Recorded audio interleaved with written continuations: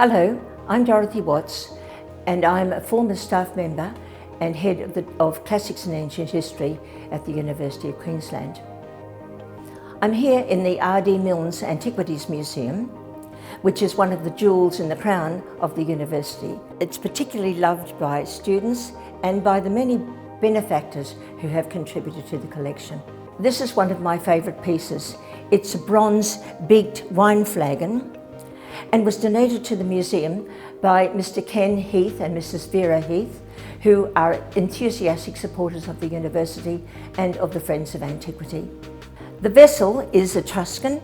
It's dated from about 500 to 450 BC. The form is quite simple. It's decorated around the lip and at the base of the handle, but it's a fairly simple form.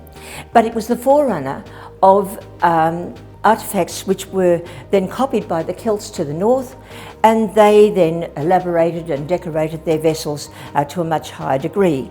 At the same time, of course, the Celts actually, not surprisingly, acquired a taste for wine. This donation to the Antiquities Museum was very timely because Professor Bob Milnes and I at that time introduced a new course, a very popular one, called The Celts in the Classical World. Professor Milnes was intent that while the museum itself was a thing of beauty to be appreciated by all, he wanted the collection to be an integral part of the teaching of the department. And so everybody was instructed to, as far as possible, include artefacts from the museum in their teaching programs.